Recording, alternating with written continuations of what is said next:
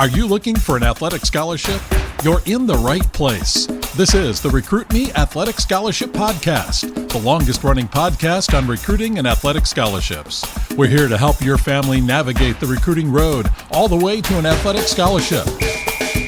He's a recruiting expert and a dad of a D1 athlete and a newly committed high school athlete that just received an athletic scholarship. He's got a wealth of experience to share. Here's Recruit Me CEO, Brent Hanks.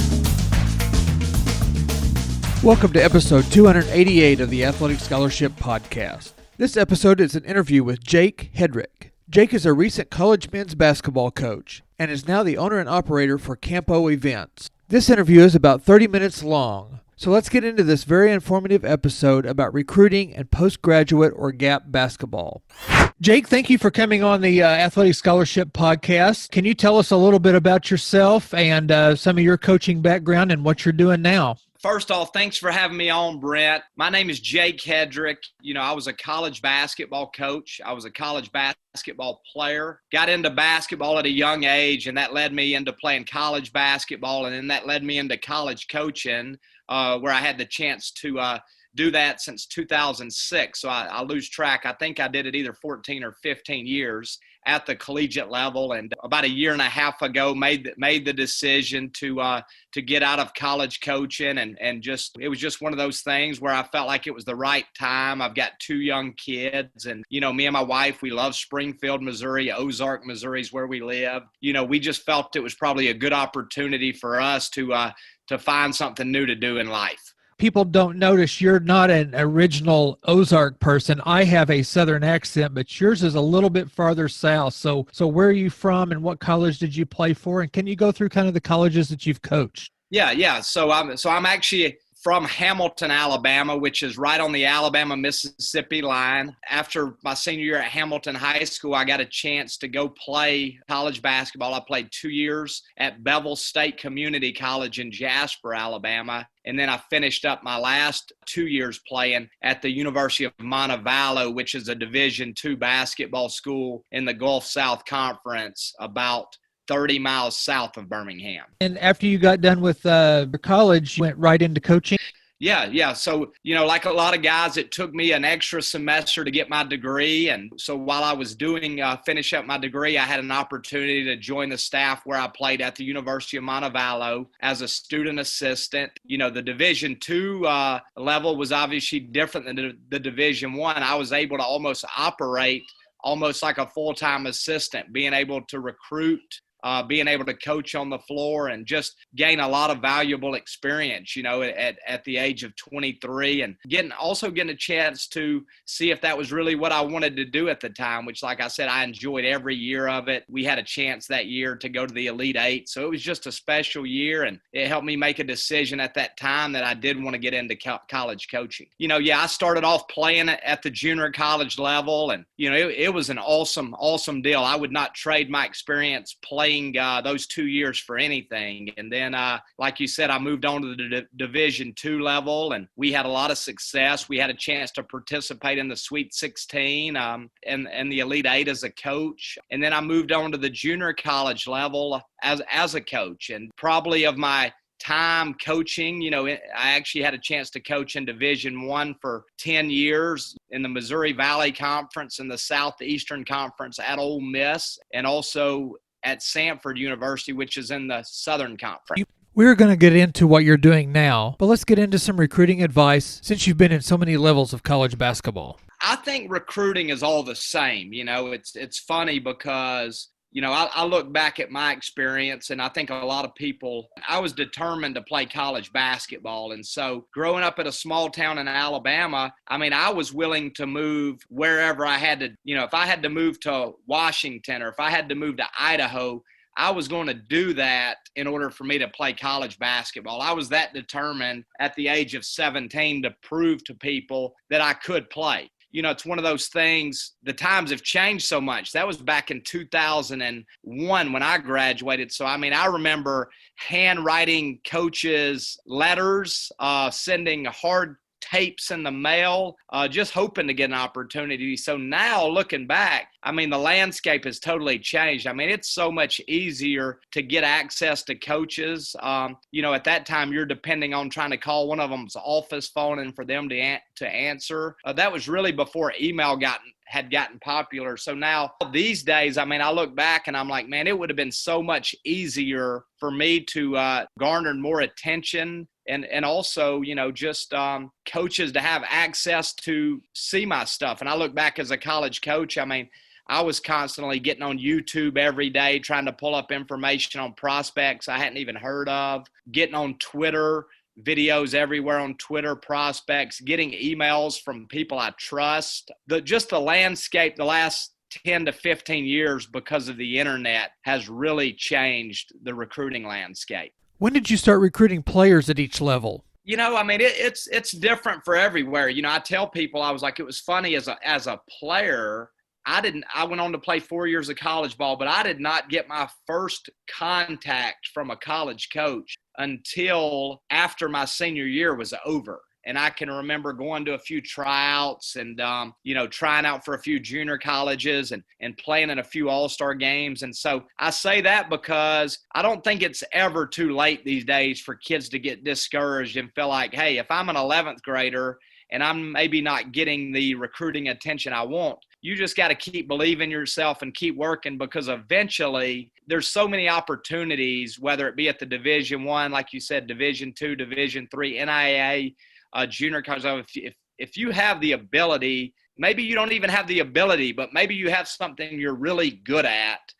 Whether that's as a basketball player, I'm using, for example, if you're a lights out shooter, there's somewhere in the United States at some level that will value that skill set. And so at the end of the day, it's just a matter of not giving up on that and continuing to work and just believing. Like I was telling the kid the other day, I mean, who's not getting much. I mean, I encourage every kid to go play in every all-star game you can as a senior when your season's over. All it takes is one person there that day calling a college coach saying, hey, you might want to check out this kid from Ozark High School who's a really good player, who's sort of flying under the radar. You might want to check out this baseball player in Hamilton, Alabama, who he's not getting any recruiting, but he does have an 88 mile per hour fastball. And, it's amazing, when you get that opportunity, there's so many kids that take advantage of it just after they get one opportunity. At the Division I level, you probably identify players earlier and it filters down. Is that a true statement? I sort of got away from that point, and I'll go back to that. Yeah,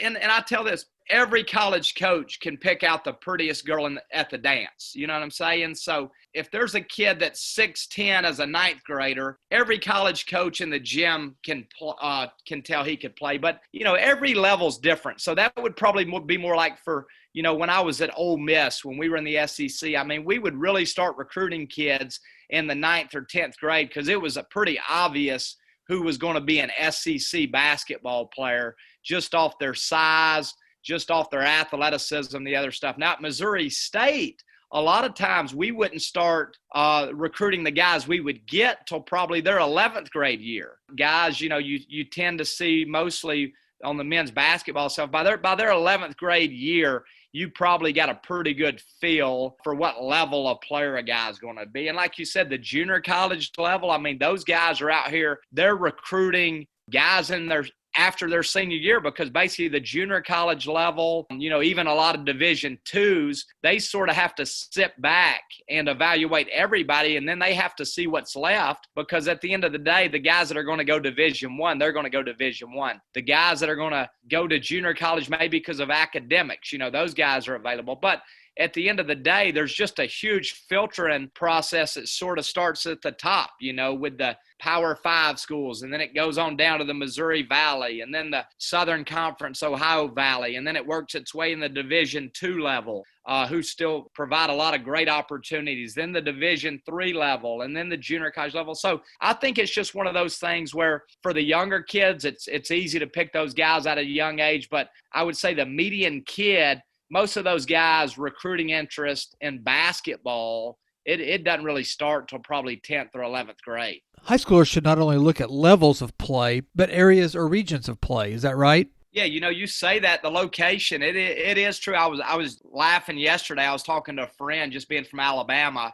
I was looking yesterday, 15 of the top 26 recruiting classes in football are from the SEC. And, I think a lot of that's, like you said, I think a lot of that has to do with location. A lot of the top prospects in football now are located in Florida, Texas, Georgia. And so just the talent pool those places are pulling from, there just tends to be a lot of guys that want to stay at home. But then I think that leads to, kids from other places maybe getting opportunities. But like you said, in the Division I level, there's over 350 schools that are Division I schools. So, I mean, that's so just in itself. I mean, when you talk about football rosters, I think they do 85 scholarships a piece just in football. I mean, 350 times 85.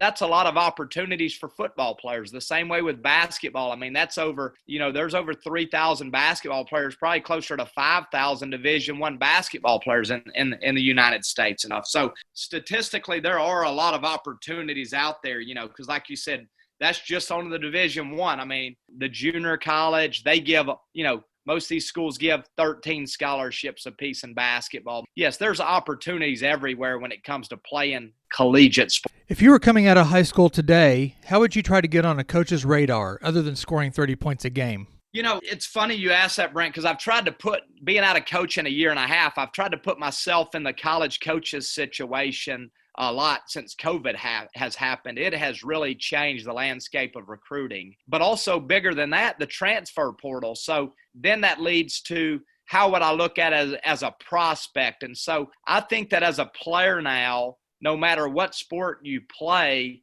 you have to realize that if you can get your school paid for, that's a big deal. There's so many places where you can do that. And then I also think that the transfer portal has changed everything. It's really turned into a business. When I came through in 2001, as a player, kids did not transfer at the time. Well, now, because of the internet and because Instagram, these guys see what everybody has. And I think Duncan Robinson's a prime example, the kid that plays for the Miami Heat. Duncan Robinson started off, he did not get any recruiting out of high school. And then he ends up at the University of Michigan, or he ends up at a Division III school, plays for 3 years, gets his degree, and then he transfers and plays his final season at Michigan. And now he's in the NBA, probably making $70 million a year. And I say that because if Duncan Robinson would have been so concerned about where he came out of high school and where he went, there's a good chance his path wouldn't have went like it did. But you know what? He was willing to go to that Division III school that really wanted him, and he just kept believing in himself and working every day. And next thing you know, he has an opportunity to graduate, go play at the University of Michigan for a year, takes advantage of that year, and then ends up playing with the Miami Heat. So that in itself is a success story, no matter what sport you play or as a high school athlete. I would tell these kids now, if you have an opportunity because of COVID,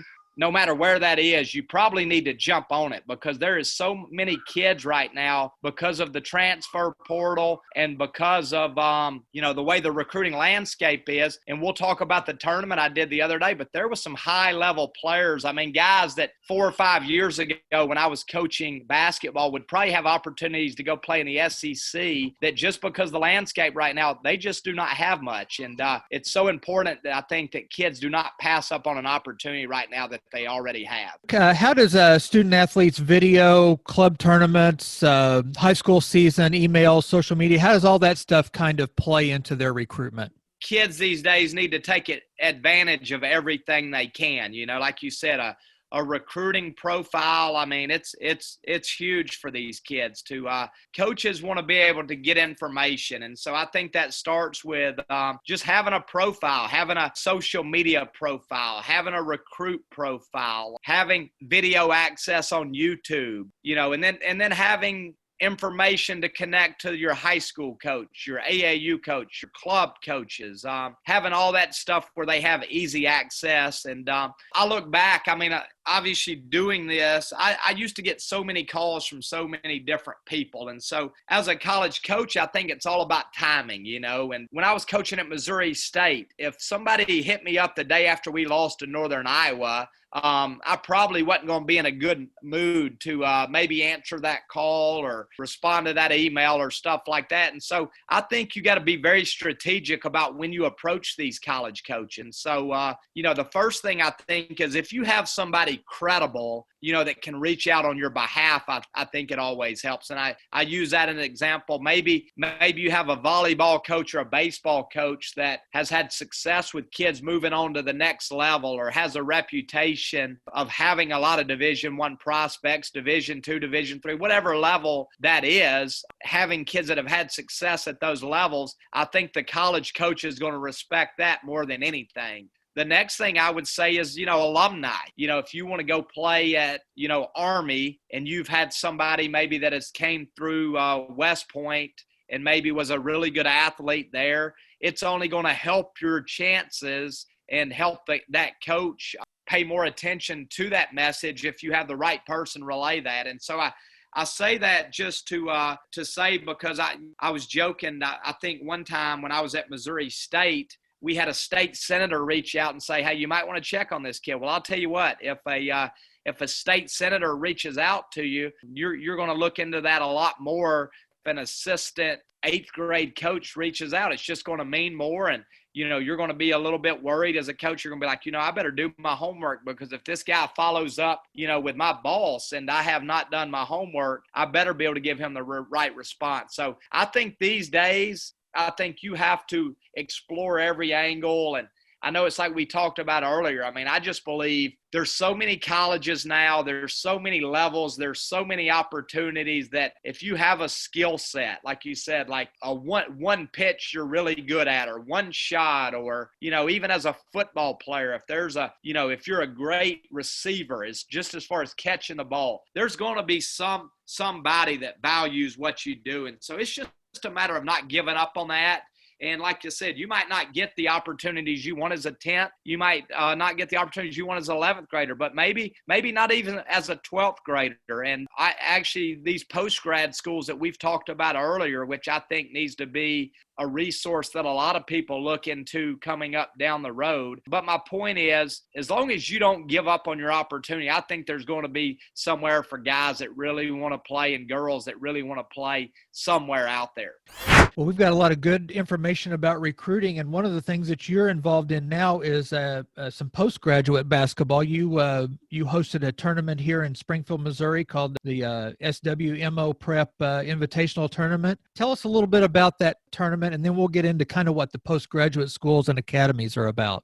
When I got out of coaching, I've been wanting to do something that I would enjoy doing next in life, and so for me, that's sort of been to start an events company. And so we've started a company up. It's called Campio Events. And so what we do is we just specialize in sporting events. Right now we're doing some basketball stuff. And so we started that out in Springfield back in January. We did our first basketball tournament. And so it was actually a post-grad basketball tournament called the Southwest Missouri Prep Invitational. And, for me, it was a pretty neat deal because I had always recruited at that level as a college coach. And, we were able to have 8 teams come in to Springfield, Missouri from all over, teams from Virginia, Texas, Georgia. And, I would say of these 8 teams, there was probably 70 to 80 college players at some level, like we talked about. The level doesn't matter. It's all about being able to play. And there was just so many guys there that'll have the opportunity to play college basketball at some level. And so the event was incredible. I know all the teams that came really enjoyed it.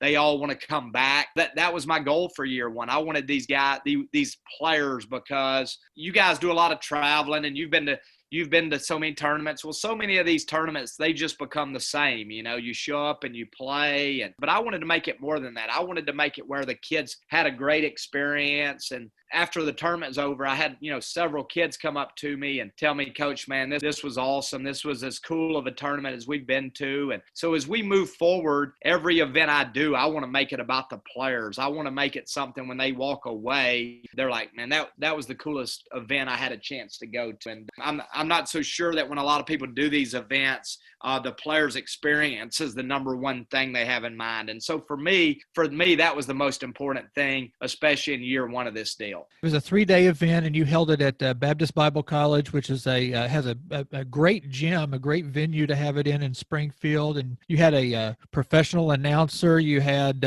music that was going on, you had a DJ, and you had some entertainment, and so not only for the kids but for the crowd, you made it a fun event also. And I was kind of looking through, and before the tournament, it looked like there were like 6 or 7 already committed players to colleges. Looked like there was one going to Rice, a couple to Missouri State, one to Eastern Illinois, Youngstown State, and Xavier. And then there was about probably 12 kids that had a good list of offers from different schools. So this was a high-level talent. How old are these kids, and what is a postgraduate academy or school?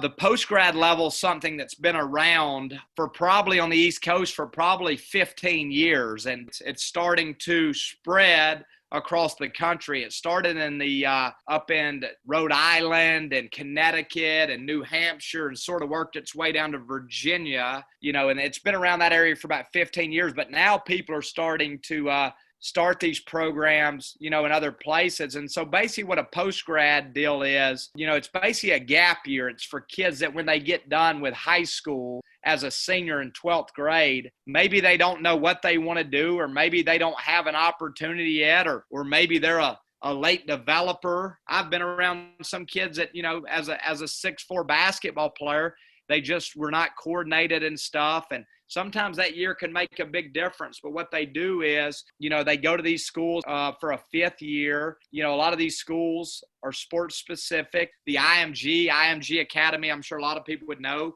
Those kids are doing tennis and basketball and baseball. And I mean, they're really practicing, probably 6 to 7 hours a day, whether it's in the weight room, whether it's team practices on the court, whether it's individual stuff. And it just gives them a true year to develop. But also, too, another thing is maybe for kids that aren't quite qualified academically, the NCAA has gave kids an additional year to get a core class or to get GPA requirements up a little bit after their senior year. And so there's just so many opportunities. But I did the event because I knew how good the basketball was. Even after that, I've done a lot of thinking and research on it. A lot of people don't realize that this gap year sort of started at Harvard for kids that maybe couldn't quite get into Harvard, as a senior.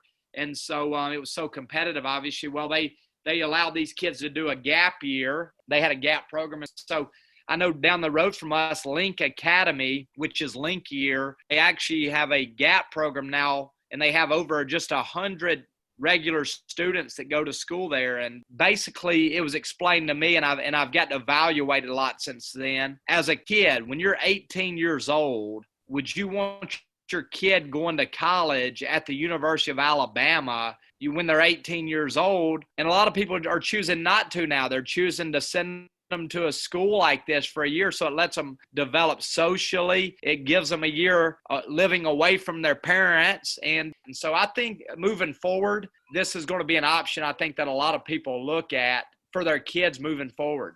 And I think a lot of people in our area and myself, I didn't really understand it. So I didn't know if it was in competition with high school, but it's actually not. It's like you said, it's a gap year where kids can need grade wise or just maturity wise, or maybe even if they've committed to a school and that school has had some transfers or had with the COVID, had some kids stay, they can kind of play an extra year at that kind of between high school and college and not waste a year of eligibility in college. So it has a lot of variety of ways that it can help a student and a student athlete. I would say on that topic that the positives far outweigh the negatives, and I don't even think it's close. And I'll use this for example. There's, let's say that I'm a prospect, and let's say that I play volleyball. I might have one offer. If I believe in myself, I'm not sure if I want to go to this school, but I got the chance to go to this post-grad and develop for a year. Well, there's a good chance if that school really wants me, they're going to want me in a year. But on the other side,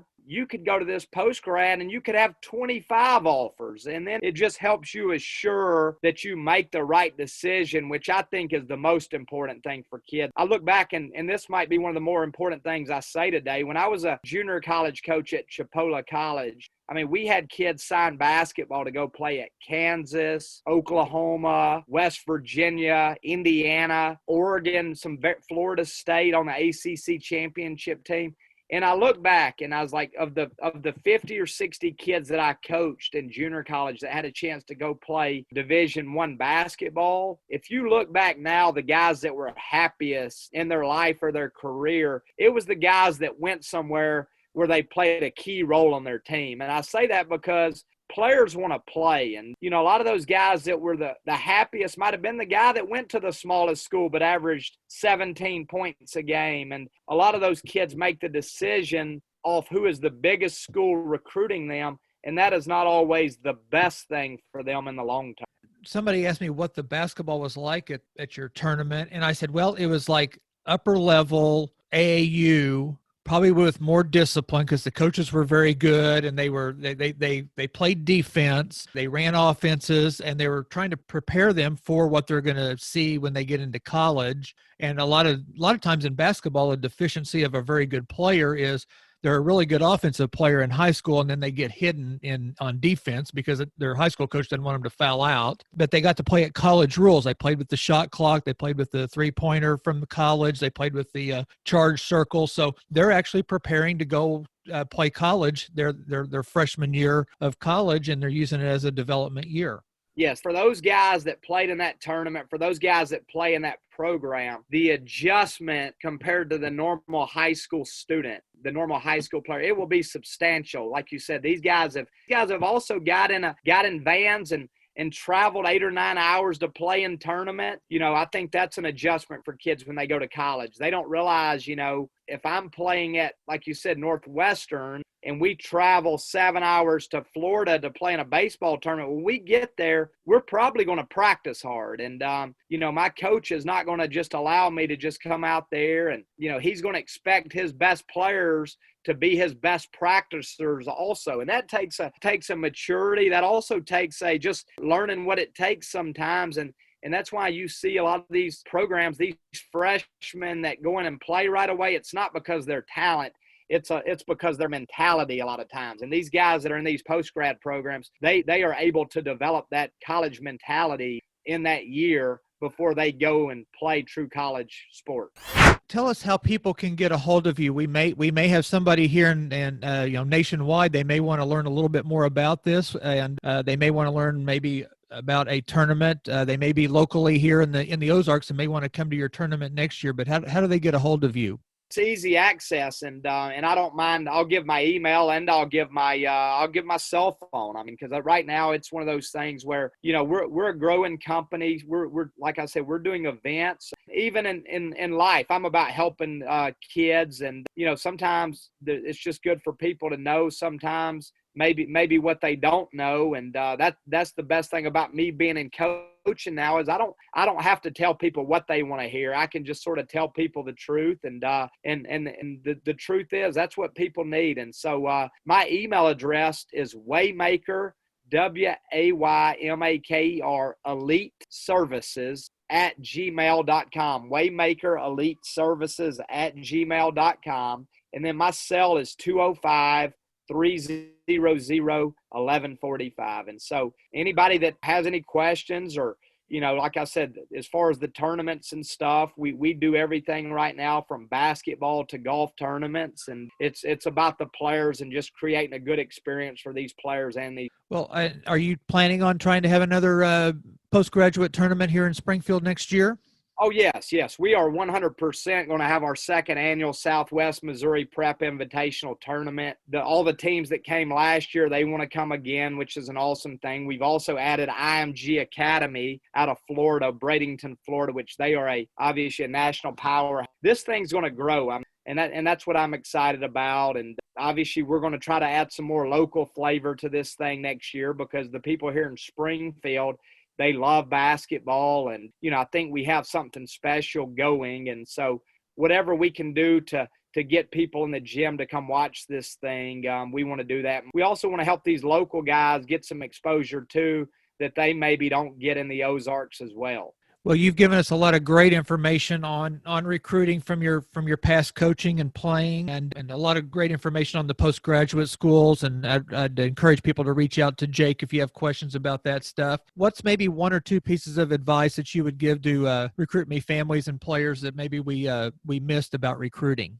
I just think right now, don't panic. You have to realize that right now is just an unprecedented time because of the COVID the last couple of years. And so a lot of these coaches are really behind in recruiting. Guys I talk to and think you have to evaluate all options. You have to understand the landscape. And every kid's different. Like I said, when I was coming through, I was going to go play college basketball no matter where that was. If I had to go play in Alaska and come home once a year, that I was willing to do that because that's how bad I wanted to play at the time. So I would just say the big thing is don't panic right now. There's so many opportunities out there. Just keep exploring them. Keep finding people that can help you. That would just be my advice to all parents and to prospects. Don't panic. It's a different time right now. The opportunity will come at some. Well, Jake, I appreciate you taking time away, and you're getting to stay home with your kids today because you're had a little COVID in the school that they go to. So give those kids a hug, and we appreciate you spending time with us, and we'll try to have you on again sometime.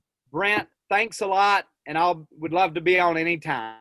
I want to thank Jake for his time and knowledge about recruiting. Join me next week as we take on myth number 9 about athletic scholarships. Myth number 9 is coaches resent being contacted by prospective athletes. Listen in to the Athletic Scholarship Podcast next Tuesday.